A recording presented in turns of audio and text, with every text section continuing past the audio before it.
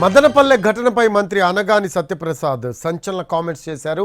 మాజీ మంత్రి పెద్దిరెడ్డి అవినీతిని కప్పిపుచ్చుకునేందుకే ఈ ఘటన జరిగి ఉండొచ్చని అనుమానం వ్యక్తం చేశారు. ఆయన నిబంధనలకు విరుద్ధంగా భారీగా ల్యాండ్ కన్వర్షన్ జరిగింది అన్నారు మంత్రి అనగాని. మదనపల్లె ఘటనలో పెద్దిరెడ్డితో పాటు స్థానిక వైసీపీ నేతలపై తమకు అనుమానం ఉందని చెప్పారు. ఆయన దీనికి సంబంధించిన పత్రాలను బయటపెట్టారు.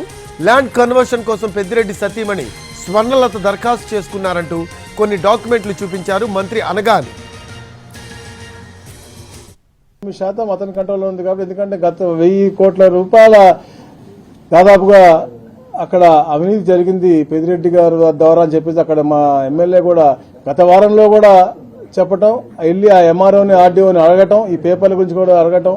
మళ్ళా మనం చూసాం, మనం 982 ఎకరాలు ఏదైతే దోచుకున్నారో దాన్ని మేము క్యాన్సిలేషన్ వైపు పెట్టాం. ఎందుకంటే వాళ్ళు ఎలా దీన్ని మార్చారు, ఎలా 982 ఎకరాలు ఇచ్చారనేది కూడా దాంట్లోనే ఉంటుంది కాబట్టి, ప్రాసెస్ ఆఫ్ ఎగ్జిక్యూషన్ ఉంటుంది కాబట్టి దానికోసం కూడా దగ్ధం అయి ఉండొచ్చు. తప్పకుండా ఎవరున్నా కూడా తప్పకుండా వాళ్ళ శిక్షార్హులు. తప్పకుండా ఇది మేము అనుకుంటాం, తప్పకుండా వైసీపీ నాయకులు, ఎందుకంటే క్లియర్ కట్ గా మనకు కనపడతా ఉంది. 9% అతని కంట్రోల్లో ఉంది కాబట్టి, ఎందుకంటే గత 1000 కోట్ల రూపాయల